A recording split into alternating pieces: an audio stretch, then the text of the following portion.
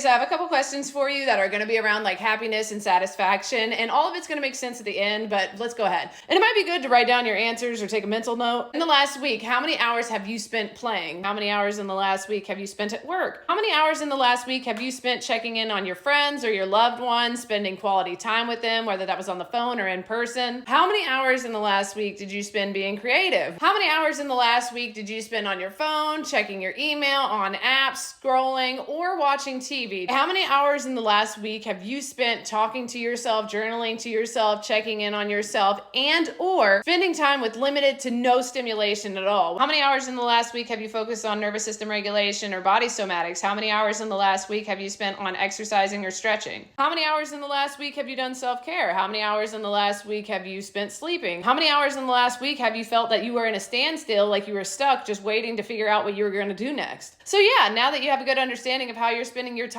during the week, you have a better understanding of how you're spending your life, because how you spend your time is how you spend your life. And I guess the question to ask yourself now, with as little shame as possible, remember it's important to be compassionate with yourself, is are you satisfied with the answers that you have written down or taken note of? And if you're not satisfied with the answers, what are some things that you can slowly but surely start to implement over the next couple of weeks to start doing things that you'd rather be doing with your time?